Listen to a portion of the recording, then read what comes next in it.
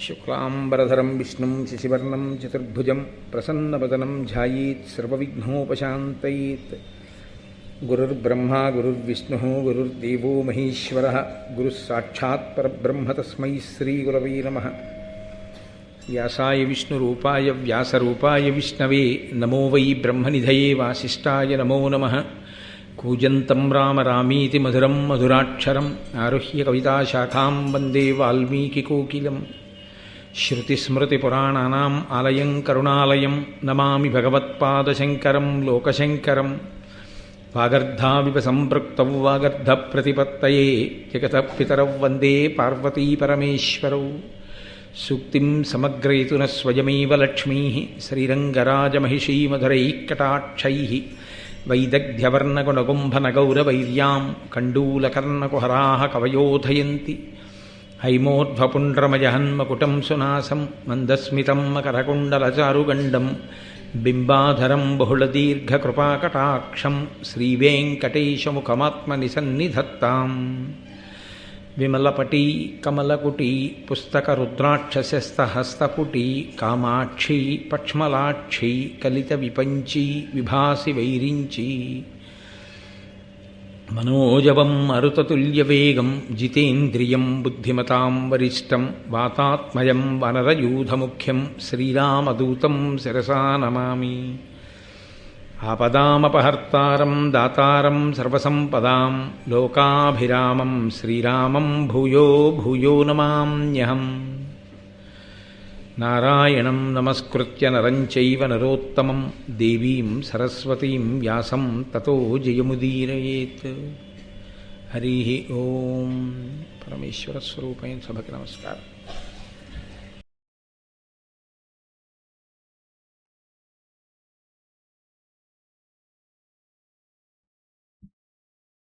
సాక్షాత్ నారాయణాంశ సంభవుడైనటువంటి వేదవ్యాసుడు భూత భవిష్యత్ వర్తమాన కాలములను ఎరుగున్నవాడైన కారణం చేత ఆయన ఆ సత్యవతీదేవి వద్దకు వెళ్ళి ఇక రాబోయేటటువంటి కాలంలో ఈ ధృతరాష్ట్రుని యొక్క కుమారులు సమస్త దుర్గుణములకు ఆలవాలమై విశేషమైనటువంటి అసూయతో ప్రవర్తిస్తారు. కాబట్టి ఇక ముందు వినబోయేటటువంటి విషయం అంతా కొంచెం కష్టంగానే ఉంటుంది నీకు. అంటే సత్యవతీదేవిని అంబికని అంబాలికని దృష్టిలో పెట్టుకుని చెప్పినప్పుడు అయ్యో వంశం పెరగాలని నువ్వు కోరుకున్నావు, కానీ ఇప్పుడు జన్మించినటువంటి బిడ్డల యందున్నటువంటి దుర్గుణముల రీత్యా ప్రవర్ధిల్లేటటువంటి ఆ కుటుంబ కలహములను విని ఓర్చుకోవడం నీకు బాధగా ఉంటుంది ఆ పెద్దరికం నిలబడిన చోట.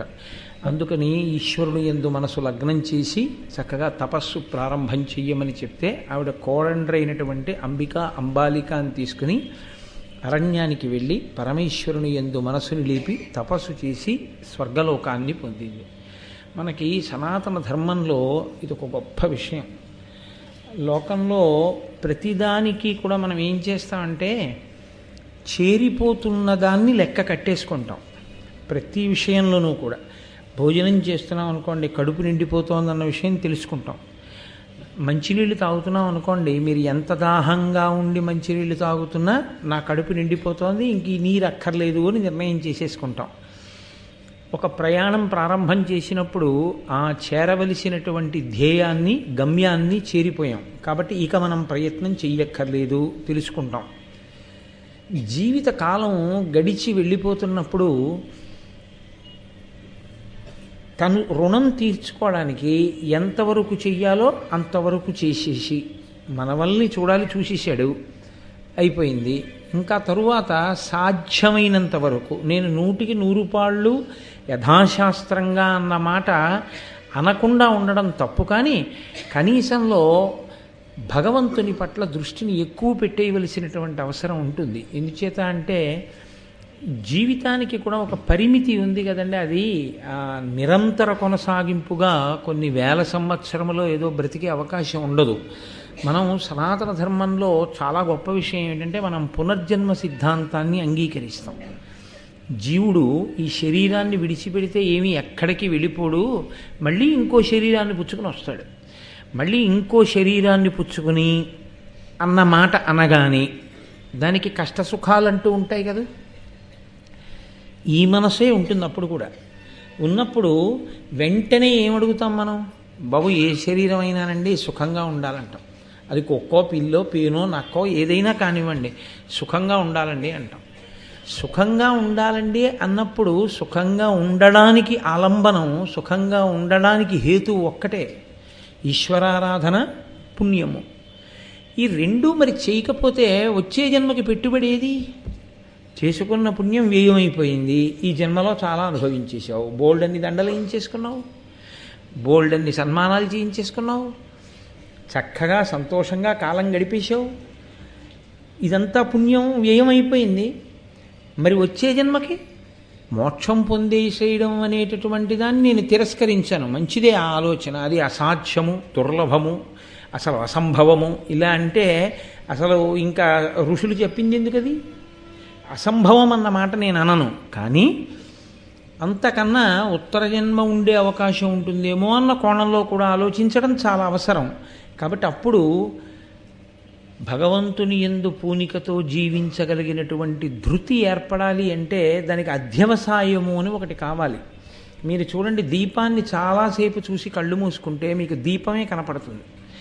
సాధన దేని గురించి చేస్తామో ఆ చేసినటువంటి సాధన యందు లోపల నిలబడిన వస్తువు ఏదో అదే ప్రాణోత్క్రమణమునందు కనపడుతుంది.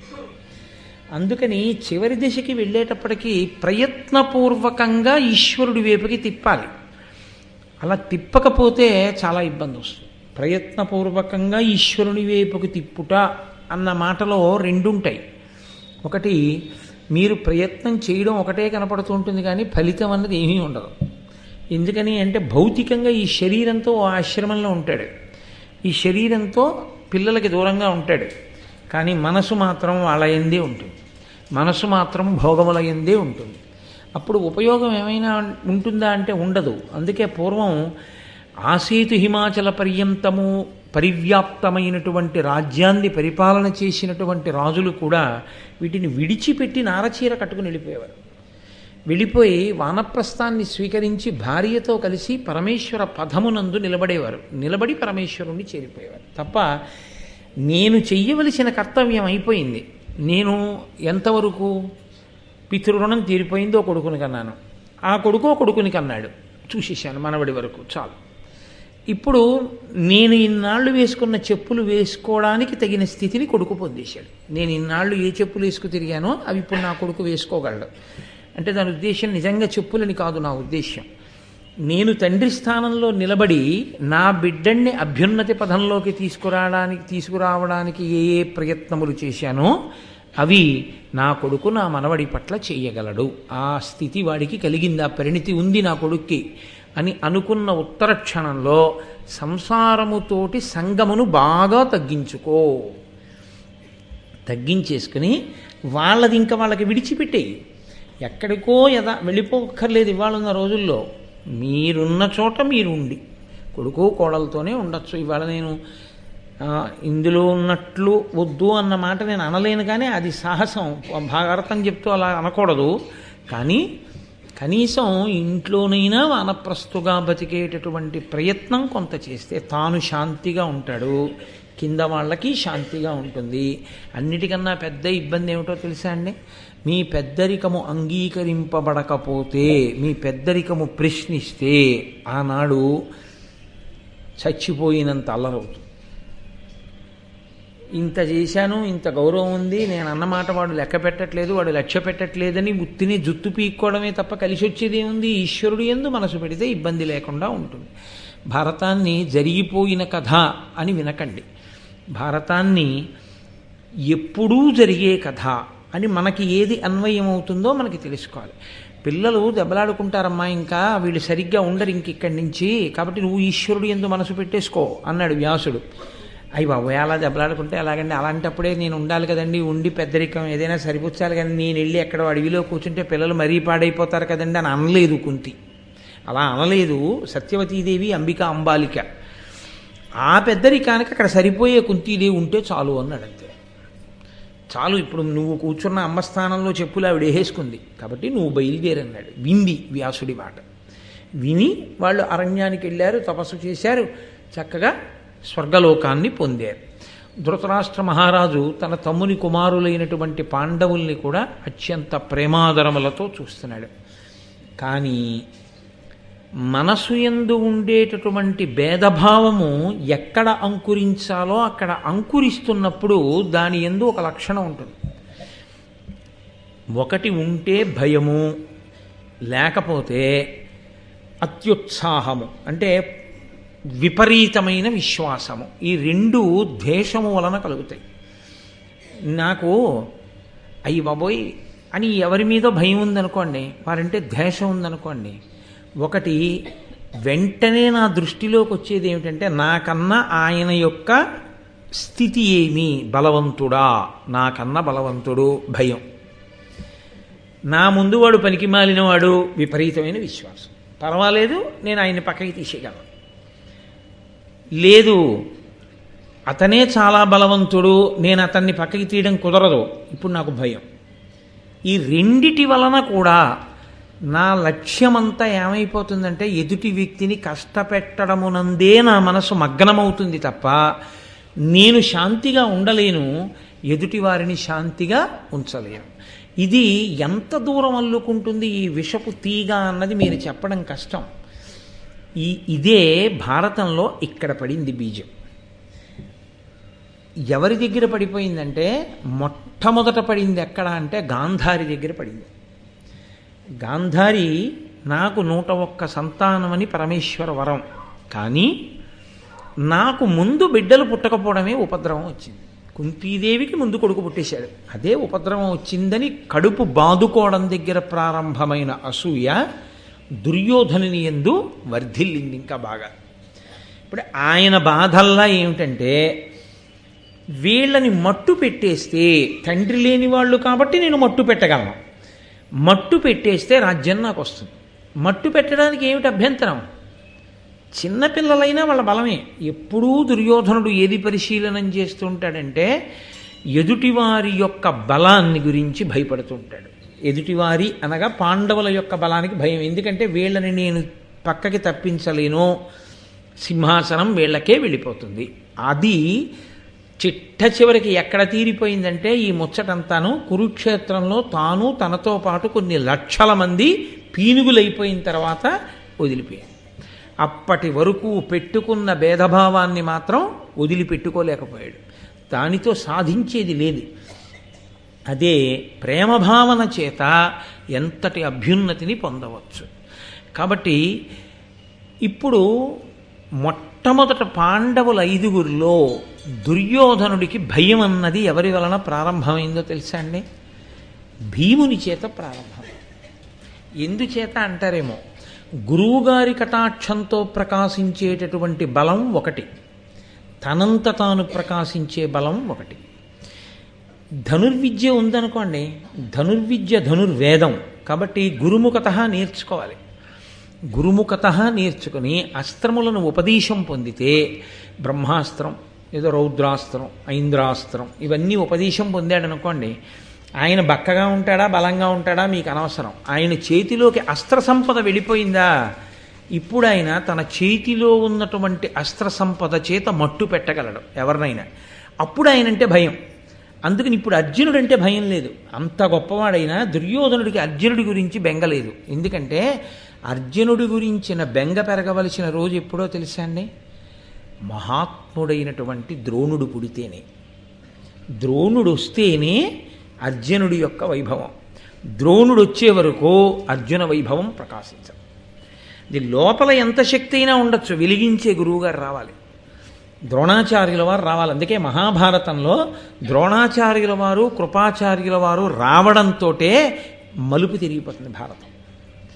గురుస్వరూపాలు గురుస్వరూపాలే, ఆచార్య స్వరూపాలు ఆచార్య స్వరూపాలే. కాబట్టి ఇప్పుడు ప్రస్తుతానికి దుర్యోధనుడి దృష్టి అంతా ఎవరి మీదంటే భీమసేనుడి మీదే. ఎందుకని? నన్నయ్య గారు చెప్పకుండా చెప్పారు. ఆయన శరీర బలం ఎటువంటిది అంటే తల్లి ఒళ్ళోంచి జారి కింద పడిపోతే ఆ కింద ఉన్నటువంటి శిల ముక్కలై పిండైపోయింది. అంతటి బలమైన బలం. అది దాస్తే దాగేది కాదు బలం అన్నది, అసలు దాగదు. శైశవ క్రీడల యందు పిల్లలు ఆడుకునేటప్పుడు ఆ బలం తెలిసిపోతుంది. అయ్యి బాబోయ్ వీడు కబడ్డీ ఆడేటప్పుడు వీడి పక్కన ఒక్కడుంటే మా పక్కన 50 మంది ఉండాలంటారు. ఎందుకని అంటే తెలిసిపోతుంది శరీర బలం. ఆ శరీర బలానికి భయపడ్డం మొదలుపెట్టాడు దుర్యోధనుడు. కానీ ఈ బలము పెంపొందేది దేని వలన అంటే ఈశ్వరానుగ్రహము వలన. ఈశ్వరానుగ్రహము దీని వలన, సద్బుద్ధి వలన. ఎక్కడ దుర్బుద్ధి ఉందో అక్కడ అది నశించడానికి పరమేశ్వరుడు ఏం చేస్తుంటాడంటే సద్బుద్ధిని పెంచుతుంటాడు. దుర్యోధనుడు ఎంత ఆగడం చేయిస్తున్నాడో పాండవుల యొక్క బలం అంత పెరుగుతుంది. కాబట్టి ఇప్పుడు భీముని గురించి చెప్తూ నన్నయ్య గారు అంటారు, వదలక పెనగి పదుండ్రం 17 ఒక్క పెట్ట పట్టి ధరిత్రించెదర పడవైచి పవనుజుడు అదయుండయి వీపులులియ అందర నీడ్చున్. ఆ పిల్లలు ఆట ఆడుకునేటప్పుడు భీముడు ఒక 10 మందినో 15 మందినో నేల మీద పారేసి దొరికితే 10 మందిని లేకపోతే 15 మందిని ఎంత వేగంగా నేల మీద ఈడ్చేసేవాడంటే ఆ ఈడిచినటువంటి ఈడ్పుకి వీళ్ళ పైన వేసుకున్నటువంటి అంగీలు ఎగిరిపోయి ఆ వీపులకున్నటువంటి చర్మం అంతా నేలకి రాపాడిపోయేది. అంత వేగంగా ఈడ్చేసేవాడు. ఇది చూస్తున్న కొద్దీ దుర్యోధనుడికి భయం. ఇంతటి బలశాలి భీముడు. కాబట్టి ఆయన ముందు దృష్టి ఎక్కడికి వెళ్ళింది? భీముణ్ణి చంపేయాలి. ఎందుకని ఇంకా అర్జునుడికి ద్రోణాచార్యుల వారు రాలేదుగా. ద్రోణాచార్యుల వారు కూడా వచ్చేసారనుకోండి, అక్కడి నుంచి ప్రారంభం. అయితే ఒకటి మీరు జ్ఞాపకం పెట్టుకోవాలి, ఎప్పుడూ అందరి యందు ఒకటి దృష్టే ఉండడం కన్నా ఒక్కొక్కడి మీద ఒక్కొక్కడు. ఇలా పెరిగిన వాళ్ళందరూ ఏమవుతారో తెలుసా అండి? తమకి తెలియకుండానే 2 భాగాల కింద విడిపోతారు. నాకెవరి మీద కోపం ఉందో అంటే నేను ఉదాహరణకి చెప్తున్నాను అంతే, అది మంచి పద్ధతి కాదు అసలు. నాకొకరి మీద కోపం ఉంది, ఆయన మీద కోపం ఉన్నవాడు కూడా నా పక్కన చేరుతాడు. ఆయన అంటే ఇష్టపడేవాడు అటు చేరుతాడు. ఎందుకది అంటే విభాగం అయిపోవడానికి అది ప్రారంభ దశ. కాబట్టి ఇప్పుడు భీముడి మీద ఆయన యొక్క దృష్టి అంతా నిలబడింది.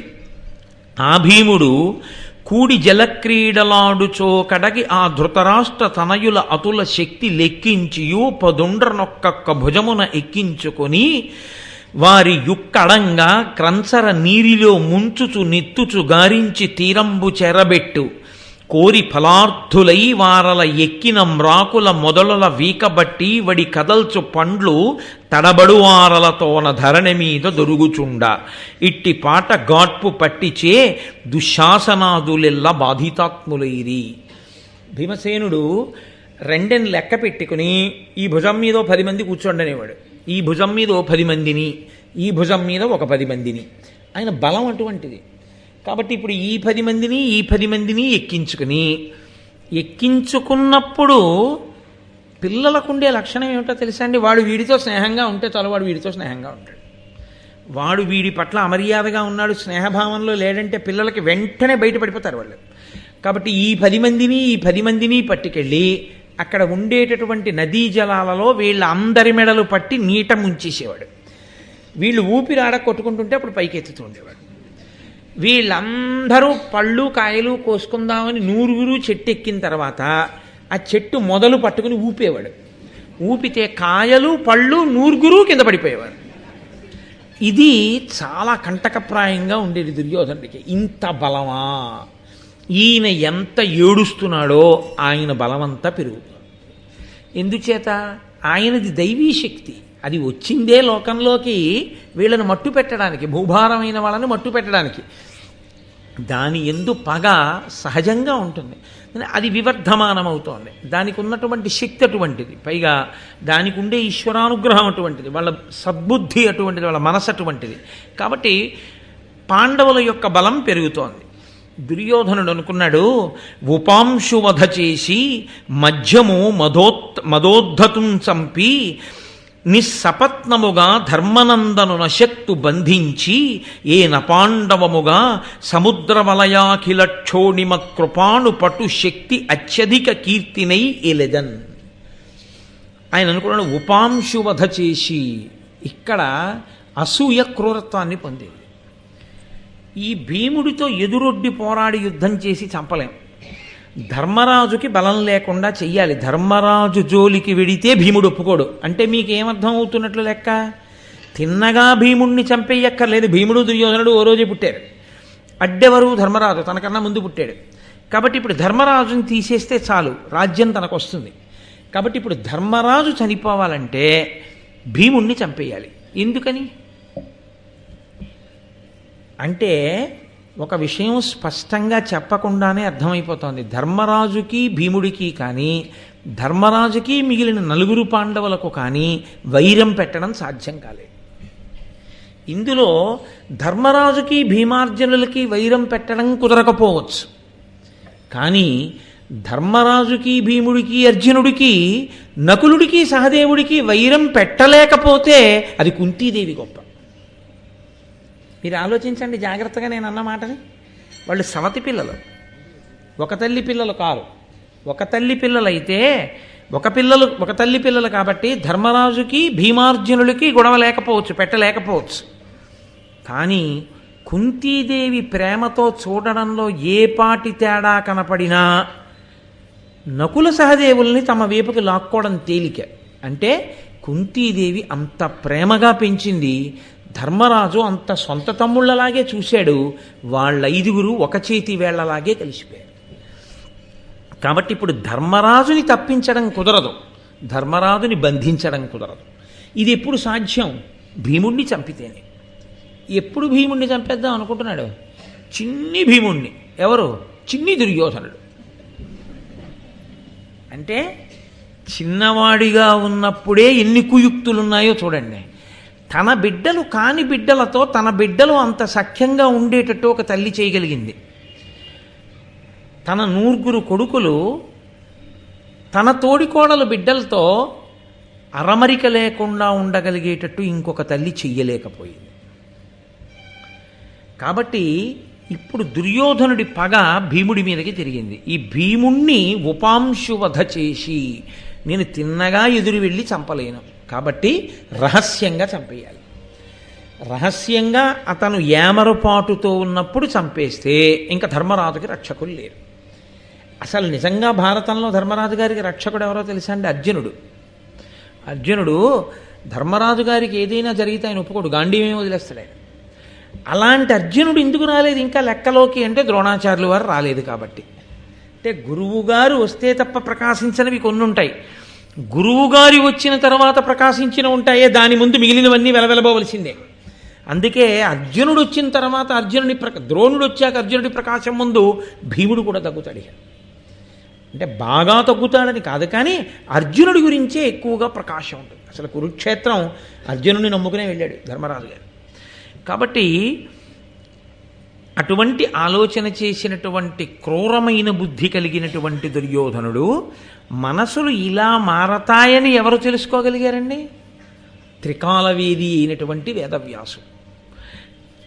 ఒకరోజు వేడుకనొక్కరుండు శతవీర కుమారులతోట జల్లుబోరాడి జయించి అందర అనంత పరిశ్రమ పారవస్యముంగూడి ప్రమాణకోటి అనగుండు సమీరణ నందనుండు మే యాడక నిద్రవోయి శిశిరానిలముల్ పైవీచుచుండగన్.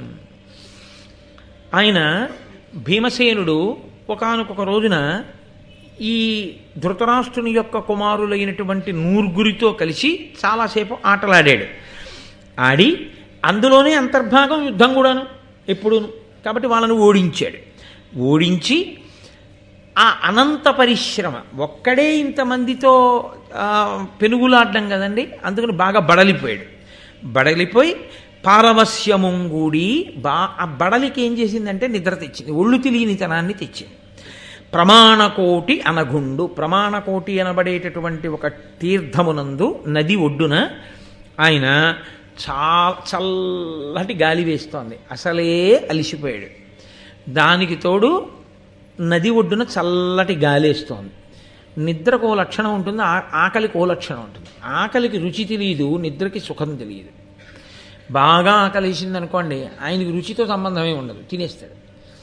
బాగా నిద్ర వచ్చిందనుకోండి సుఖంతో సంబంధమే ఉండదు, పరుపు తలకడ అక్కర్లేదు, ఎక్కడైనా పడుకుని నిద్రపోతాడు. అందుకే కష్టజీవులు చూడండి, హాయిగా తలకుదురు తల కింద పెట్టుకుంటే వాళ్ళు బండరాతి మీదైనా నిద్రపోతారు. సరే రెండో కోణం నేను చెప్పక్కర్లేదు. కాబట్టి ఆయన బాగా బడలిపోయాడు కాబట్టి చక్కగా చల్లటి గాలి వేస్తోంది, నది మించి నిద్రపోయాడు. ఇప్పుడు చూశాడు దుర్యోధనుడు, ఇదే మనకు అవకాశం, నీటిలో తోస్తే పైకి వచ్చేస్తాడు. కాబట్టి నీటిలో తోసేయకూడదు. ఈ పిల్లవాడిని జాగ్రత్తగా, ఎంత గాఢ నిద్రలో ఉన్నాడంటే ఏం చేస్తున్నాడో తెలియదు, అంత నిద్రపోతున్నాడు. నీటిలో పడేస్తే బయట పడాలి అంటే ఒక్కటే ఆధారం, కాళ్ళు చేతులు పనిచేయాలి. కాళ్ళు చేతులు పనిచేస్తే ఈత కొడతాడు, కొంతసేపు ఈత కొట్టి ఒడ్డుకొస్తాడు. కాళ్ళు చేతులు కట్టేస్తే పైకి రాడు. తాళ్ళు పెట్టి కట్టేశారనుకోండి, ఇప్పుడు ఇంకా చిన్నతనం కదండి, ఇంకా అంత బాగా అలవాట్లేదు ఇలాంటి విషయాలు. కానీ దుర్యోధనుడు ఆలోచన ఎంత దూరం ఉందో చూడండి. అప్పుడే పడేయడం అంటే పడేస్తారు, పడేసిన తర్వాత రెండు కోణాలు ఉంటాయి. ఏ కారణం చేతనైనా బయటికి వస్తే వీళ్ళు ఉంటారా ఇహ? అందుకని పడేసి పారిపోవాలి. పడేసి పారిపోయిన తర్వాత బయటికి వచ్చాడో సరే వీళ్ళ సంగతి చూద్దాంలే అని ఊరుకుంటాడు. ఆ తర్వాత సంగతి అప్పుడు ఆలోచిద్దాం. ఒకవేళ వీళ్ళు అనుకున్నట్టు చనిపోయాడు అనుకోండి, తాళ్ళలో ఏవో కట్టారనుకోండి, భీష్ముడు ఊరుకుంటాడా? ఎవడు తాళ్ళు కట్టి నీళ్లలో తోశాడని అడుగుతాడు. అప్పుడు వీళ్ళు తట్టుకోగలరా భీష్మాచార్యుల వారి ముందు? అందుకని ఆయనే చనిపోయినట్టు ఉండాలి. ఆయనే చనిపోయినట్టు ఉండాలంటే ఏం చేయాలంటే, తెలియక ఈత కొట్టుకుంటూ ఏడుక్కో వెళ్ళిపోతే పెద్ద పెద్ద లతలు తీగలు చుట్టేసుకున్నట్టుగా ఉండాలంటే చాలా గట్టిగా ఉండేటటువంటి తీగలతో కాళ్ళు చేతులు కట్టేయాలి, కట్టి తోసేయాలి. అప్పుడు శవం దొరికిన తీగలు కదా చుట్టుకుని ఉన్నాయి. ఎక్కడికో ఈతకెళ్ళాడు, కాళ్ళకి తీగల చేతులకి తీగలు చుట్టుకుపోయాయి, ఈదలేకపోయాడు, అక్కడే చచ్చిపోయాడు. కాబట్టి అలా అనుకుంటారు, ఆ తీగలు చూసి తన్ను అడగరు. కాబట్టి సాక్ష్యం లేని హత్య చేయడంలో పునాదులు వేసుకున్నవాడు చిన్నతనంలో దుర్యోధనుడు. అంటే ఎంత క్రూరమైన ఆలోచనలు ఎంత దూరం వరకు వెళ్ళాయో చూడండి. అని ఆ పవనుడు అతి ఘన లతికా పాశావళుల అంట గట్టించి మహాకోపమున గంగమడువును త్రోపించే సుయోధనుండు దురితకరుండై, తప్పుడు పనులు చేసేటటువంటి వాడై ఘనలతికాపాశావళుల అంటగట్టించి, ఆవళుల అంటే వరుసలు, దీప ఆవళి అని కదా అంటాం. బోలెడన్ని తీగలు తెప్పించి, ఏదో ఒకటో రెండో తీగలు కాదు, శుభ్రంగా రెండు చేతులు రెండు కాళ్ళు ఆ తీగల యొక్క వరుసల చేత గట్టిగా కట్టేశాడు. కట్టేసి ఆ పిల్లవాడిని ఎత్తి తీసుకెళ్ళి ఆ నదిలో పారేసి అమ్మయ్యా ఇక కాళ్ళు చేతులు కట్టేసాం, ఇంకేం వస్తాడు బయటికి? చచ్చి ఊరుకుంటాడు, లోపలికి వెళ్ళిపోతాడు. అసలు చేతులు కాళ్ళు ఉంటే కదండి కొట్టుకోవడానికి లేవు, ఇంకా పైకి వచ్చేది ఏముంది? మూట వెళ్ళిపోయినట్టు వెళ్ళిపోతాడు అని ధైర్యంగా ఇంటికి వెళ్ళిపోతే ఇక్కడ నన్నయ్య గారు ఒక ఆశ్చర్యకరమైనటువంటి ప్రయోగం చేశారు, అద్భుత ప్రయోగం. ఆయన అన్నారు, కర్మబంధనముల గ్రక్కున బాయుడు పుణ్యగతికి నగయు పురుషునట్లు బంధనములెల్ల బాయుడు భీముండు నీరిలోన నుండి నగయుదించే. పుణ్యాత్ముడైనటువంటి వాడు ప్రాణోత్క్రమణం అయ్యేటప్పుడు కర్మబంధాలన్నీ తెంచుకుని ఊర్ధ్వలోకాలకు ఎగిరిపోయినట్టు, నీటిలో పడగానే తెలివచ్చిన భీముడు ఒక్కసారి ఇలా అనేటప్పటికీ ఇన్ని తీగలు తెగిపోయి అమాంతం ఒక్కసారి ఈత కొట్టుకుని ఆయన బయటకు వచ్చాడు. ఇంత ఆలోచన చేసిన వాడు భీమబలం ముందు నిలబడలేకపోయాడు. అంటే ఏమంటే ఇంకొక రకంగా ఆపద రాకూడదా? రాదు. గభాలన పడగానే కంగారు పడిపోయి అదేంటి కాళ్ళు చేతులు ఆడటం లేదని తనకి తీగలు కట్టున్నాయని తెలుసుకునే లోపల గభాలను ఇంకో మొసలొచ్చి పట్టుకోకూడదా? పట్టుకుంటుంది ఎప్పుడు. ఆయన మనసు కూడా పాపభూయిష్టం అయి ఉంటే ఆపదలు వస్తాయి. వచ్చిన ఆపద కూడా ఎందుకు తొలుగుతుంది? పరమేశ్వరుని యొక్క అనుగ్రహం ఉంటే.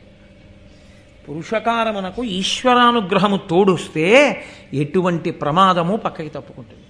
పురుషకారమునకు ఈశ్వరానుగ్రహము తోడు కాలేదు. మీరు ప్రయత్నం ఒకటే చేయగలరు, మీరు అనుకున్న ఫలితాన్ని మాత్రం పొందలేరు.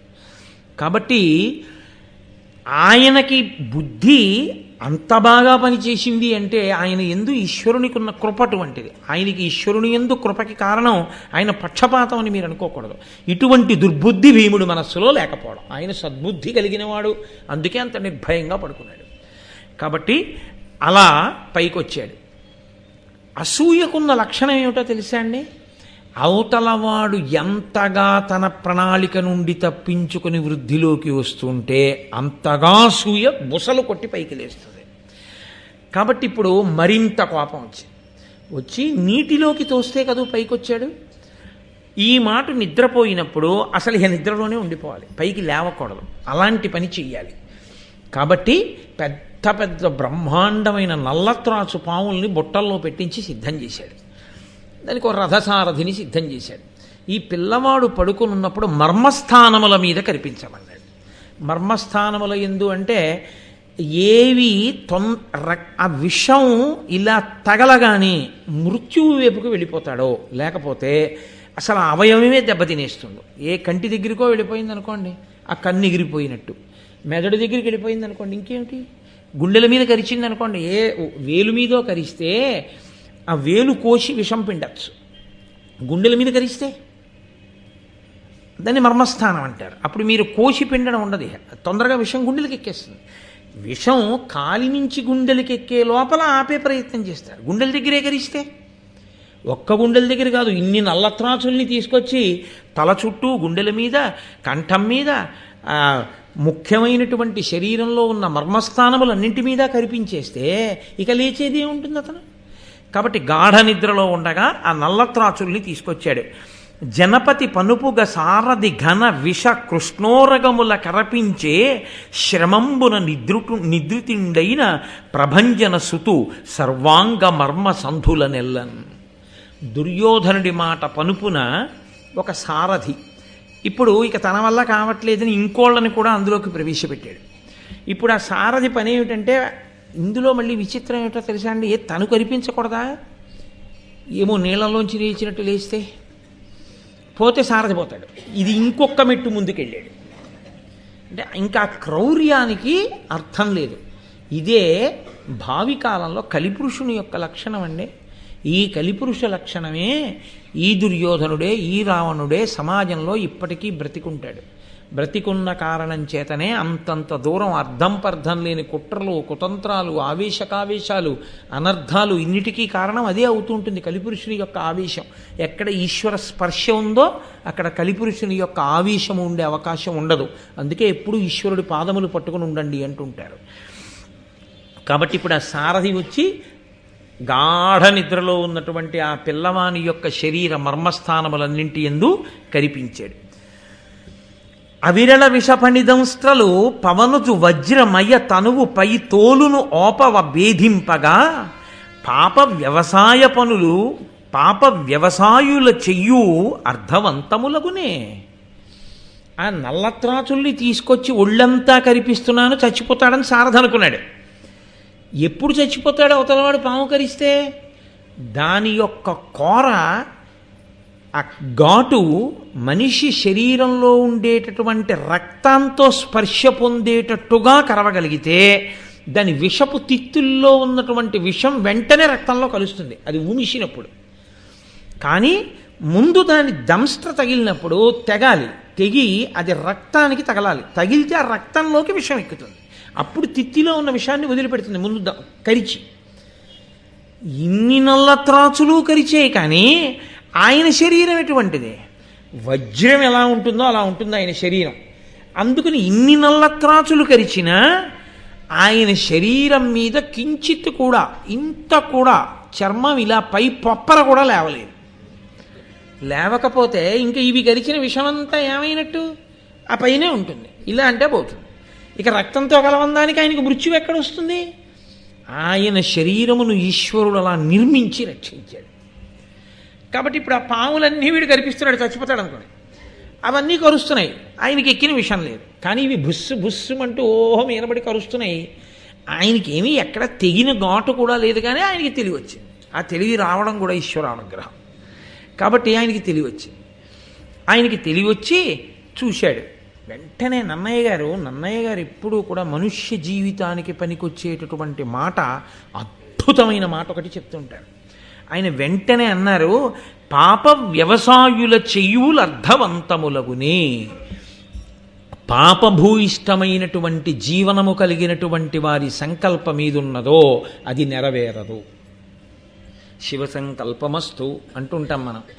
ఎవరి సంకల్పము నెరవేరుతాయంటే, ఎవరి సంకల్పములు నిజంగా రూపుదాలుస్తాయంటే వారంత చిత్తశుద్ధి కలిగిన వారై, ఆంతరమునందు కూడా స్వార్థము లేని వారై, త్రికరణ శుద్ధిగా భగవంతుణ్ణి పట్టుకున్నవారై అంతటి భాగవతోత్తములైతే వారు చేసిన సంకల్పమేదో ఆ సంకల్పము నెరవేరుతుంది.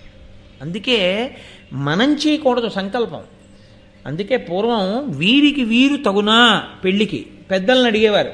పెద్దలు చూసి మంచిదయా, మీ అబ్బాయికి ఆ ఇంట్లో అమ్మాయికి బాగుంటుంది, ఆ అమ్మాయిని కోడలుగా తెచ్చుకో. ఇప్పుడు ఎవరిది సంకల్పం? పెద్దలు ఆశిస్తుంది దానికి. పెద్దలు నిశ్చయించినారుగాన వారి సంకల్పం ఉంది కాబట్టి చేస్తున్నాం. వాళ్ళు పిల్లలు పుట్టవలేదని ఏడవలసిన రోజు ఉండదు, పిల్లలు పాడైపోయారని ఏడవలసిన రోజు ఉండదు. తామర తంపరగా వంశం పెరుగుతుంది, అటువంటి విద్వాంసులు జన్మిస్తారు. దానికి సంకల్పం ఒక మహితాత్ముడిదయ్యి ఉండాలి. పాపభూయిష్టమైనటువంటి జీవనం ఉన్నవాడి సంకల్పాలు ఎలా నెరవేరుతాయి? అవి నెరవేరవు. కాబట్టి పాపుల సంకల్పము ఎందుకు నెరవేరుతుంది? దుర్యోధనుడు పాములతో కరిపిద్దామనుకుంటే మాత్రం ఎందుకు చచ్చిపోతాడు దుర్యోధనుడు? ఇప్పుడు కాదు, ఎప్పటికీ జరగదు. ఇప్పుడు ఈ మాట అంటే దుర్యోధనుడు మంచివాడైపోవడం అంటూ జరిగితే భీముణ్ణి కానీ, అర్జునుడిని కానీ, ధర్మరాజుని కానీ, నకుల సహదేవులకు కానీ ఇలా చంపే ప్రయత్నం ఉండదు. దుర్యోధనుడు మారనంత కాలం పాండవుల జోలికి వెళ్ళినా చంపలేడు. కాబట్టి కురుక్షేత్రం అయిపోయేటప్పటికి దుర్యోధనుడు ఉండడు, పాండవులు ఉంటారు. ఈ పద్యంలోనే తీర్పు చెప్పేశారు నన్నయ్య గారు. కాబట్టి ఇప్పుడు ఆయన లేచాడు. లేచి ఏమిటో పావులన్నీ ఏమిటి, వీడేమిటి అని ఒకసారి చూశాడు. అవే సామాన్యమైన పావుల, పెద్ద పెద్ద నల్లత్రాచులు చుట్టూ పడున్నాయి. అలగుబలండు భీముడును అంతన మేల్కొని అవిశోరగంబుల చరణంబులంజమరి మొక్కువ వాతను నెత్తు రొల్కగా తలరగ సారథించరిచే తానపహస్తమునన్ వసుంధరా తలమున త్రెళ్ళె సారథయు తక్షణ మాత్రన ముక్త జీవుడై. ఆయన నిద్రలేచి చూశాడు. చూసేటప్పటికి ఏదో అదే పనిగా కండచీమలు కరిచేస్తుంటే నిద్రలేచిన వాడికి నిద్రాభంగం అయితే కోపంగా ఉంటుంది. ఆ కోపం వచ్చిన వాడు ఏం చేస్తాడు? ఏంట్రా ఇవన్నీ ఇలా కరిచేస్తున్నాయని చెప్పి అరికాలతో ఇలా రాసేసినట్టు కండచీమల్ని ఆయన లేచి తన పాదంతో ఆ కింద ఉన్నటువంటి అన్నిటినీ కాలితో రాసేశాడు పాదంతో. అవన్నీ చచ్చిపోయాయి. చూశాడు సారథిని. వాడు హడిలిపోయి లేచి నిలబడ్డాడు. ఏట్రా ఈ పనులు, పడుకుంటే పాములతో కనిపించడం ఏట్రా? ఎడం చేత్తో అక్కడ కొట్టాడు. అంటే కుడి చేత్తో కొడితే ఏమైనా అయిపోతాడేమో. అంటే ఎంత నిగ్రహమో చూడండి. ఆయన ఇలా కొట్టేటప్పటిగా వాడు ముక్కంట, నోటంట, చెవుల వెంట నెత్తురు కారి వెంటనే కింద పడి చచ్చిపోయాడు. భీముడు కోపాన్ని నిగ్రహించుకుని నిద్రలో లేచి ఎడంచేతో ఏం పనులు రావని ఒక్కసారి ఇలా తాతగారు మనవణ్ణి అన్నట్టంటే వాడు చచ్చిపోయాడు. అరికాలతో నల్లత్రాచులన్నింటినీ ఓసారి ఇలా రుద్ది చంపవసలు బారేశాడు. ఇలాంటి వాడి జోలికి ఎడదామని దుర్యోధనుడు అనుకుంటాడు. ఇది చూసిన వాడు ఏమైపోవాలండి? ఇప్పటికి 2 సార్లు అయిపోయింది. ఊరుకున్నాడా? ఇంకా ఇంతకన్నా అదే ఆలోచనలో ఉంటాడు. అదే దౌర్భాగ్యం. వాడి దుర్మార్గం ఎంత ఉంటుందో ఈయనకంతా శ్రీరామరక్ష ఉంటుంది. కాబట్టి దీనివల్ల ఏమవుతుందో తెలుసా అండి? పాండవులకో ధైర్యం వస్తుంది. మన తమ్ముడిని పాములు ఏమీ చేయలేవు, మన తమ్ముడిని తీసుకెళ్ళి నీళ్ళల్లో బారేసినా ఏమీ అవడో. ఇవన్నీ వాళ్ళకి సంతోషకారకాలు. ఇవన్నీ ఏడవడానికి కారకాలు. ఒక రోజున మరియును ఒకనాడెవ్వరు నెరుగక యుండంగా కౌరవేంద్రుండు ధర్మం బెరుగక విషమన్నముతో గురుకుని పెట్టించే గాట్పు కొడుకున కలుకన్. గాట్పు కొడుకు అంటే, గాట్పు అంటే చూడండి గాలి వేస్తోంది అంటాం కదండి, నన్నయ్య గారి ప్రయోగం. గాట్పు కొడుకున కలకన్. అలకన్ అంటే కోపంతో. ఎల్లైనా పెట్టి చంపేయాలి, ఎలాగో అలా చంపేయాలి. విషం కదూ ఎక్కట్లేదు లోపలికి. విషం ఎక్కేయాలంటే ఆయనకి అంత శరీరబలం ఉన్నవాడు కాబట్టి బాగా తింటాడు. కాబట్టి అన్నంలో విషం కలిపేయండి అన్నాడు. అన్నంలో బాగా విషం కలిపేశారు. కలిపి అక్కడ పెట్టారు. పెడితే పాపం భీముడు వెళ్ళి కూర్చుని ఆచమనం చేసి తిందామని కూర్చున్నాడు. కూర్చునేటప్పటికీ సముడై యూచ్చుడై అన్నము దుష్టంబగుట చెప్పినను కుడిచె విషాన్నము ఆకటి పిలుచను అది అమృతాన్నంబయ్య జీర్ణమై మారుతికిన్. మీకు అర్థమైపోయింది, ఇంక చెప్పక్కర్లేదు అసలు. సముడై యూత్సుడై అన్నము దుష్టంబగుట చెప్పినను. మీతో నేను మనవి చేశానే ఒక 2 రోజుల క్రితం ఎప్పుడో. ధృతరాష్ట్ర మహారాజు గారికి వైశ్యకన్య యందు జన్మించినటువంటి వాడు యూత్సుడు. ఆయన సముడై, ఆయనకి ఇలాంటి అధర్మ పనులు నచ్చవు. కౌరవులకి ఆయన ధృతరాష్ట్రుని యొక్క కొడుకులకి తమ్ముడే అయినా ఆయన ఇష్టపడ్డావు. అందుకని ఆయన గబగబా వెళ్ళి చెప్పేశాడు భీముడికి, భీమా భీమా తినకు, అందులో దుర్యోధనుడు విషం కల్పించాడు, చచ్చిపోతావు తింటే అని. ఆయన అన్నాడు, విషం మాట దేవుడు ఆకలేసేస్తాడు. అని కుళ్ళిపోయిందిరా పండు తినకురా అంటే కొంతమంది చూడండి ఏం కుళ్ళో ఉండండి బాబు ముందని చెప్పి ఇటో ముక్క తింపి మిగిలిన నోట్లో పడుచుకుంటాడు. అలా అదేమిటా అలా తినేసామంటే కుళ్ళున్నది గిల్లేసాను కదండి అంటాడు. అదో సొంత ఆయన అలా తినగలడు, దానికో నమస్కారం. పోలేటి పాపం ఆయన తిన్నాడు, మనం ఎందుకు దాన్ని దోషం పడ్డా, ఇంకో దుర్యోధన జన్మ ఎందుకు వచ్చిన గొడవ, ఆయనకి జీర్ణమగుగాక అనుకోవడమే. కాబట్టి ఇప్పుడు తినకు అన్న భీముడు అన్నాడు, నాకు ఆకలిస్తోంది, విషమో ఇంకోటో, విషం అయితే మాత్రం కడుపు నిండిపోతుంది, జీర్ణం అయిపోతుంది, నా గొడవ నాది, నీకు ఎందుకు నీ తినేస్తానన్నాడు అని శుభ్రంగా తినేశాడు. తినేసి పడుకున్నాడు. అది అమృతం అయింది. అమృతం అంటే ఏమిటో తెలుసా అండి? శక్తిగా మారిపోయింది. ఎందుకని? ఈశ్వరానుగ్రహం ఉన్నవాడు ఆయన జఠరాగ్ని ఎటువంటిది అంటే విషాన్ని జీర్ణం చేసేసుకుంటుంది తప్ప అది జీర్ణం అవ్వకపోవడం అన్నది ఆయనకేం లేదు. ఇప్పుడు దుర్యోధనుడికి ఇంకెంత బెంగగా ఉంటుంది. అమ్మ నాయనో ఈ నీళ్లలో తోశాను పైకి వచ్చేసాడు, పాములతో కరిపించాను చచ్చిపోలేదు, పైగా అరికాలతో రాసేశాడు, విషాన్నం పెట్టేశాను తెలిసి తినేశాడు శుభ్రంగా హాయిగా తిరుగుతున్నాడు, పైగా ఇంకా ఎక్కువ బలంగా ఉన్నాడు. విషానికి ఉన్న లక్షణం ఏమిటో తెలుసా అండి? మనంతట మనం భీముడు తిన్నాడని తింటే ఉపద్రవం వస్తుంది. వైద్యుడు శుద్ధి చేసి విషాన్ని ఇచ్చాడు అనుకోండి, వైద్యుడు కూడా ఒక్కొక్కసారి విషాన్ని ఇవ్వవలసి వస్తుంది, శుద్ధి చేసిస్తాడు, ఆయనకి తెలుసు ఎలా ఇవ్వాలో. అందుకే అది తినేసాడు అనుకోండి ఇబ్బంది వస్తుంది, లేదనుకోండి బాగుంటాడు. నా చిన్నతనంలో మా అమ్మగారు వాళ్ళు ఒక విచిత్రమైన విషయం చెప్పుకునేవారు. మాకు 2 ఏళ్ల అవతల ఒక ఆయన జబ్బు పడిపోయాడు. ఎందుకు జబ్బు పడిపోయాడు అన్నదానికి వాళ్ళు చెప్తుండేవారు. డాక్టర్ గారు 10 రోజుల్లో తగ్గిపోతుందని ఆయనకి ఏవో మందులు రాశాడు. ఆయన అదృష్టం బాగుంది, 3 రోజులకి తగ్గిపోయింది. పూర్తిగా తగ్గిపోయిన తర్వాత అన్నారు, వద్దు తగ్గిపోయింది కదా ఇంకెందుకు అని డాక్టర్ గారు ఎదురుసందే. డాక్టర్ గారు కూడా ఎదురుసందు డాక్టర్ గారి దగ్గరికి వెళ్తే అన్నారు, తగ్గిపోయింది ఇంక నువ్వు వాడక్కర్లేదన్నారు. ఆయన బోల్డ్ అంత డబ్బు వచ్చి కొన్నాను, ఇవన్నీ ఉత్తినే పోవడం ఎందుకని వేసేసుకున్నాడు, కొత్త జబ్బు వచ్చి. అదో విచిత్రంగా ఉంటుంది కొంతమంది సిద్ధాంతం. వైద్యుడు శుద్ధి చేసి ఇచ్చినటువంటి ఆ విషం మనకున్న రోగాన్ని పోగొడుతుంది. వైద్యుడు శుద్ధి చేయని విషం పుచ్చుకుంటే ఉపద్రవాన్ని తీసుకొస్తుంది. ఈశ్వరానుగ్రహం ఉన్నవాడికి విషం జీర్ణం అవుతుంది, ఈశ్వరానుగ్రహం లేనివాడికి విషం పెట్టినా ఎదురొచ్చి వీడి బాధగది కారణమై కూర్చుంటుంది. కాబట్టి ఇప్పుడు దుర్యోధనుడు మరింత బాధపడడం మొదలుపెట్టాడు. కాబట్టి భీముని యొక్క బలం దినదిన ప్రవర్ధమానం అవుతోంది. ఆయన రోజు రోజుకి బలవంతుడు అవుతున్నాడు. ఇన్ని జరుగుతున్నాయంటే మరి రోజు గడుస్తోంది కదండి. రోజు గడుస్తున్న కొద్దీ పెద్దవాడు అవుతున్నాడు, పెద్దవాడు అవుతున్న కొద్దీ బలవంతుడు అవుతున్నాడు. ధర్మరాజు గారిని కన్నెత్తి చూడ్డానికి కూడా కుదరట్లేదు. అసలు విచిత్రం ఏమిటంటే అక్కడ ధర్మరాజు గారు ఉండబట్టి భీముడికి బలం. ఇది పాండురాజు గారి యొక్క దృష్టి. ముందు ధర్మం ఉంటే వెనక అన్నీ రక్షింపబడతాయి. అందుకని ముందు ధర్మాన్ని పెట్టాడు, ఆ ధర్మం మాట వింటాడు, అందుకే భీముడికి ఉపద్రవం రాదు. కొంతకాలం అయింది, అర్జునుడిని దిద్దేవాడు కూడా కావాలి కదూ. ఇప్పుడు ఆయన రావాలి. మహాభారతంలో సువర్ణాధ్యాయం. నాకైతే ఎంత సంతోషమో ద్రోణాచార్యుల వారు పుడుతున్నటువంటి ఘట్టం అంటే నా మటుకు నాకు పరమ పవిత్రం. నేను ఎన్ని మార్లు భారతం చదివినా ద్రోణాచార్యుల వారు పుడుతున్నటువంటి ఘట్టాన్ని చదివిన ఉత్తర క్షణంలో పుస్తకం అక్కడ పెట్టి వెంటనే ఒక నమస్కారం చేస్తాను. ద్రోణుడే, మహానుభావుడు, ఆచార్యస్వరూపుడు. ద్రోణుడు లాంటి వ్యక్తి అపురూపం. దేవగురువు బృహస్పతి భూమండలం మీదకి దిగొచ్చాడు. అందుకే నేను మీకు ఒక రోజున మనవి చేశాను శంకరాచార్యుల వారి సౌందర్యలహరి శ్లోకంతో. మీరు ఒకటి బాగా గుర్తుపెట్టుకోండి, ఇప్పుడు దేవతాంశలన్నీ కదిలి వస్తున్నాయి. ఇప్పుడు అర్జునుణ్ణి తీర్చిదిద్దేవాడు కావాలి. ఆచార్యుడై కూర్చుని ఎక్కడ లేని అస్త్ర సంపదని ఇవ్వాలి అర్జునుడికి కాదు. గురువుగారు ఒక్కరికి ఇవ్వడానికి రారు. గురుస్వరూపం ఎప్పుడూ కూడా అందరికీ ఒక్కటే చెప్తుంది తప్ప ఒకరిని పిలిచి చాటుకొకటి మిగిలిన వాళ్ళకొకటి అలా చెప్పరు. గురువు అందరినీ కలిపి కూర్చోబెట్టే చెప్పేస్తారు, కానీ అందులో ఒక్కడే మహాప్రజ్ఞావంతుడవుతాడు.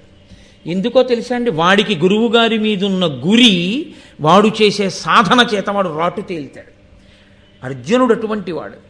కానీ భూమి మీద ఉన్నటువంటి సీతాఫలం గింజ, అది అద్భుతమైన విత్తనం, ఇంతంత పండు పండుతుంది. కానీ దానికి ఒక వాన చుక్క తగలాలి, తగిలితేనే అది చెట్టు అవుతుంది. ఇప్పుడు రావాలి వాన చుక్క. అది సాక్షాత్ దేవగురువు బృహస్పతి పుట్టాలి, ఆయనే ద్రోణాచార్యుల వారిగా రావాలి. ఆయనే ద్రోణాచార్యుల వారిగా రావాలంటే అటువంటి మహానుభావుణ్ణి కొడుకుగా పొందగలిగినటువంటి గొప్ప బ్రాహ్మణుడికి ఒకడికి మనసు కదలాలి. ఆయన మనసైతే కదలచ్చు, కానీ ఆయన తేజస్సుని భరించగలిగిన క్షేత్రం ఉండద్దు. శివవీర్యం స్ఖలనమైంది, ఏది పట్టుకోగలిగింది లోకంలో? ఏ భూతము పట్టలేకపోయింది. ఆఖరికి నీరు పట్టలేకపోయింది, ఎవ్వరూ పట్టుకోలేకపోయారు. ఆ తేజస్సు యొక్క శక్తిని భరించగలిగిన సుక్షేత్రము కాకపోతే ఆ తేజస్సు పాడైపోతుంది. ఆ తేజస్సు పాడైపోతే అది ఫలవంతము కాదు. అటువంటి క్షేత్రము లేదనుకోండి ఆ సమయానికంటే అసలు బృహస్పతి యొక్క తేజస్సుని బిడ్డగా మార్చగలిగినటువంటి క్షేత్రమే లేదు. అటువంటి తేజస్సు, ఆ తేజస్సు అంటే బృహస్పతిని ద్రోణుడుగా కనడానికి వీలైనట్టుగా తేజస్సు కదిలితే పట్టగలిగినటువంటి క్షేత్రము లేనంత మహాపురుషుడు ఆయన అయ్యి ఉంటే, క్షేత్రమే లేకపోతే ఎలా ఇప్పుడు ఆ పిల్లాడు పుట్టడం? పరదేవతానుగ్రహం కలిగిందనుకోండి, ఎక్కడి నుంచైనా పుడతాడు, ఎలాగైనా పుడతాడు. అది అసాధారణమైన రీతిలో పుడతాడు. అసలు అమ్మ అని పిలవడానికి ఒక ఆడదాని స్పర్శ అవసరం లేకుండా పుడతాడు. ఇంతమందిని సృష్టించినటువంటి ఈశ్వరుడికి అలా ఒక ప్రాణిని సృష్టించడం అసంభవం అని మీరు అనుకోకూడదు. 5 భూతములను, పంచమహాభూతములను సృజించి ఈ లోకాన్నంతటినీ ఇంత నిర్వహణ చేస్తూ ఇన్ని కోట్ల జీవరాశుల మనసులలో ఉన్న భావాల్ని, మనసుతో చేసిన పాపపుణ్యములను కూడా వ్రాయగలిగినటువంటి గొప్పవాడికి క్షేత్రము లేకుండా ఒక మహాపురుష తేజమును సంతానంగా మార్చడం కష్టమా?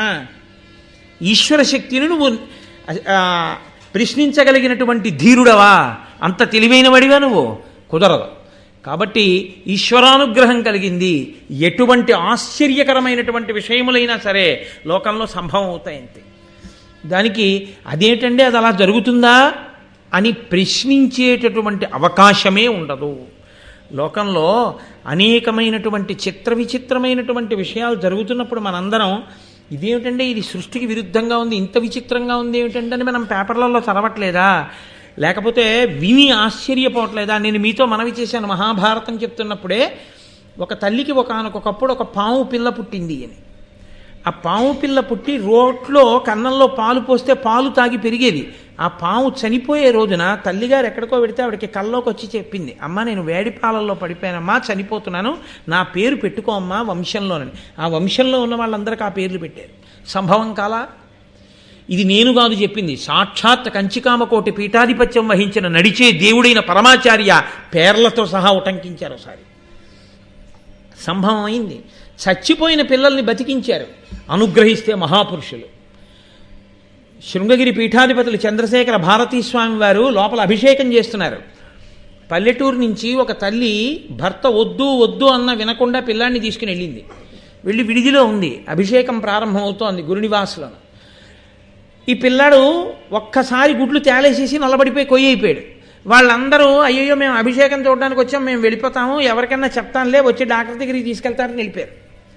చీకటి పడిపోయింది, ఎవరూ లేదు, ఆ పిల్లాడు చచ్చిపోయాడు. చచ్చిపోతే తల్లి హడిలిపోయింది. అయ్యి బాబా ఇంటికి వెడితే భర్త తిడతాడు, పిల్లవాడు చచ్చిపోయాడు, శృంగేరి వచ్చాను, ఇదేమి ప్రారంధాన్ని ఆ పిల్లాన్ని పెట్టుకుని ఏడుస్తోంది. ఏడుస్తుంటే ఎదురుగుండా చంద్రశేఖర భారతీస్వామి వారి యొక్క చిత్రపటం కనబడింది. ఆవిడ వెంటనే ఎదురుగుండా పీఠాధిపతులే ఉన్నారు అని నమ్మింది. ఆవిడ వెంటనే ఆయన వంక చూసి ఏడిచింది, భర్త వద్దు అంటుంటే వచ్చాను, ఇంత ఉపద్రవం వచ్చింది, మహానుభావా నన్ను రక్షించండి, కొడుకుని బతికించండి అంది. ఆవిడ ఇటు వచ్చి చూసేటప్పటికి ఆ పిల్లాడు చిరునవ్వులు నవ్వుతూ ఉన్నాడు. ఆవిడ ఆ పిల్లాడిని ఎత్తుకుని పరిగెత్తుకుంటూ గురునివాస్కి వెళ్ళింది. వెళ్ళేటప్పటికీ చంద్రశేఖర భారతి అభిషేకాన్ని పూర్తి చేసేసి లోపలికి వెళ్ళిపోతున్నారు గురునివాసులోకి. వెళ్ళిపోతున్నారు, ఇంకా ఆయన తలుపులోకి వెళ్ళిపోతారు, ఈవిడ తలుపులోకి వచ్చింది గురునివాసులోకి. ఆయన ఒక అడుగు లోపలికి పెట్టిన వారు మళ్ళీ ఒక అడుగు వెనక్కేసి ఈవిడ వంక చూసి, ఏమి నీ బిడ్డ సంతోషంగా ఉన్నాడా, నీకు సంతోషమేనా, ఇంకెప్పుడు భర్త మాట కాదని ఏది చేయకు, శుభం భూయాత్తం లోపలికి వెళ్ళిపోయారు. ఎలా తెలిసింది? ఒక భారతదేశంలో భారతదేశానికి గొప్పతనం అంటూ ఉన్నది భోగముల వలన ఐశ్వర్యముల వలన కాదు, ఈ దేశంలో పుట్టిన మహాపురుషుల వలన, ఇక్కడ ఉన్న తీర్థముల వలన, ఇక్కడ వెలిసిన దేవతల వలన, ఇక్కడ ఉన్న పీఠముల వలన, ఈ భూమికున్న గొప్పతనం వల్ల వచ్చింది తప్ప ఐశ్వర్యానికి సంపత్తికి ఈ దేశానికి పేరు కాదు. అసలు సంపద తృణీకరించి పక్కన పెట్టడం, ఎంతైనా దానం చేయడమే ఈ దేశంలో తెలుసు తప్ప దాచుకుని అనుభవించడం, వావివరసలు లేకుండా కామోపభోగ జీవితం గడపడం ఈ జాతికి తెలియని విషయం. అటువంటి భరత జాతిలో పుట్టినందుకు, ఈశ్వరుడికి పుట్టించినందుకు ఆయనకి చేతులెత్తి నమస్కరించాలి. ఇంత గొప్ప దేశంలో, ఇటువంటి క్షేత్రంలో ఈశ్వరా నాకు జన్మనిచ్చేవాని. కాబట్టి పరమేశ్వరుడు తలుచుకుంటే ఒక స్త్రీని నిమిత్తం చేస్తాడు, నిమిత్తం చేసి బిడ్డని పుట్టించగలడు అంతే. కాబట్టి గౌతమ మహాముని అనబడేటటువంటి ఒక మహామునికి శరద్వంతుడు అని ఒక కుమారుడు. ఆ పిల్లవాడు, ఆ గౌతమ మహామునికి శరద్వంతుడు పుట్టినప్పుడు ఆయనతో పాటుగా బాణసమూహం పుట్టింది. అంటే అసలు ఆయనకి ఎంత ఆ ధనుర్వేదం మీద ప్రీతో చూడండి. ఈ పుట్టిన పిల్లాడు బ్రాహ్మణుడై పుట్టాడు, వేదాలు చదువుకోలేదు, మానేసి ధనుర్వేదాన్ని చదువుకుని ధనుర్వేదాన్ని సంపాదించాడు. ధనుర్వేదం గురించి మీరు విన్నారో లేదో, ధనుర్వేదం చాలా గొప్పగా ఉంటుంది.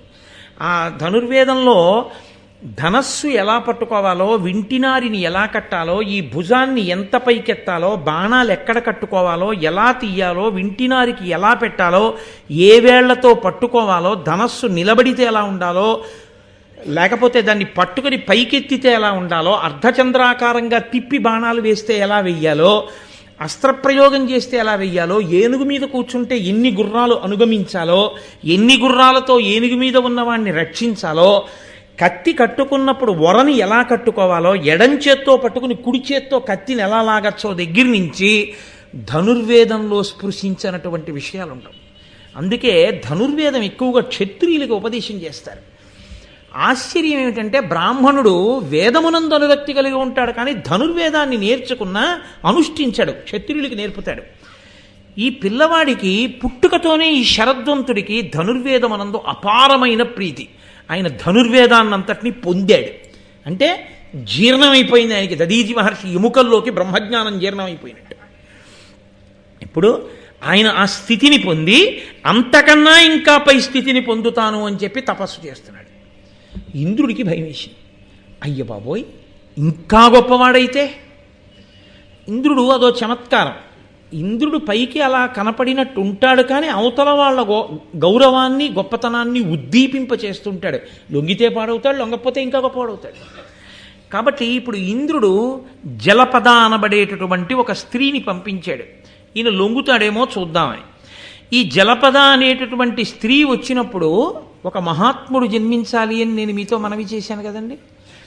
ఈయన అక్కడ ఉన్నటువంటి శరద్వంతుడు ఆమె వంక చూశాడు. ఆశ్చర్యకరంగా ఆయన మనస్సు కదిలి కామోద్రేకం కలిగింది ఆ జలపద అన్న స్త్రీని చూసినప్పుడు. అది పరదేవత యొక్క అనుగ్రహం. ఒక మహాపురుష జననం జరగడానికి ఇంతటి మహాతేజస్వి, ఇంతటి గొప్ప స్థితిని పొందిన వాడికి మనసు కదలడం ఏమిటి? అంటే ఒక మహాత్ముడు పుట్టాలి. కురుక్షేత్రంలో ఒక గొప్ప పాత్ర పోషించగలిగినటువంటి వాడు రావాలంటే పరదేవత వెనక ఇన్ని కదలికలు కదుపుతోంది. ఆయన చూడడం ఏమిటి? ఆయన మనసు కామమోహితమైంది. కామమోహితం అవడం ఏమిటి? ఆయన వీర్యము స్ఖలనమైంది. స్ఖలనం అవడం ఏమిటి? ఆయనకి చికాకు వచ్చింది. ఏమిటిది? నాకు ఈ స్త్రీని చూడగానే మనసు వికలమైంది ఏమిటని ఆయన స్ఖలనమైన వీర్యము వెళ్ళి ఒక రెల్లుగడ్డు మీద పడింది. ఆయన తాను కట్టుకున్నటువంటి జింక చర్మాన్ని, చేత్తో పట్టుకున్న ధనుర్బాణాలని అక్కడ పారేసి వెళ్ళిపోయాడు. దూరంగా వెళ్ళిపోయాడు, స్నానం చేశాడు, వెళ్ళిపోయాడు. ఆయన కొంతకాలం అయింది. అది ఈశ్వరుడు రక్షించాలి ఇప్పుడు. ఎందుకని అందులోంచి మహాతేజోవంతుడు రావాలి. ఆ రెల్లు గడ్డి మీద పడినప్పుడు ఆ వీర్యము 2 భాగముల కింద పడింది. కొంతకాలం అయిన తర్వాత అది ఒక ఆడపిల్ల, ఒక మగపిల్లవాడిగా మారి ఆ పిల్లలిద్దరూ ఏడుస్తున్నారు. అటుగా శంతన మహారాజు గారు వేటకెడుతున్నాడు. వేటకెడుతున్నప్పుడు భటులు కొంతమంది వేట కుక్కల్ని వాటిని తీసుకుని ఎడుతూ ఉంటారు. ఒక భటుడు ఈ పిల్లాడిని చూశాడు. చూసి శంతన మహారాజు గారి దగ్గరికి వెళ్ళి, మహానుభావ, ఇక్కడ పిల్లాడు ఉన్నారు, పక్కన ధనుర్బాణాలు ఉన్నాయి, పైగా జింక చర్మం ఉంది, కాబట్టి వీళ్ళు గొప్ప క్షాత్రం ఎరిగినటువంటి వారని నేను అనుకుంటున్నాను అన్నాడు. కృపతో, వాళ్ళెవరో తెలియకపోయినా అత్యంత కృపాళువై తీసుకొచ్చి శంతన మహారాజు గారు ఈ ఆడపిల్లని ఈ మగపిల్లవాణ్ణి పెంచి పెద్ద చేశాడు. శంతన మహారాజు గారి యొక్క కృపచేత పెరిగిన ఆడపిల్ల కనుక ఆ అమ్మాయికి కృపి అని పేరు. ఆయన కృపతో పెరిగినవాడు కాబట్టి కృపాచార్యుల వారు అని పేరు.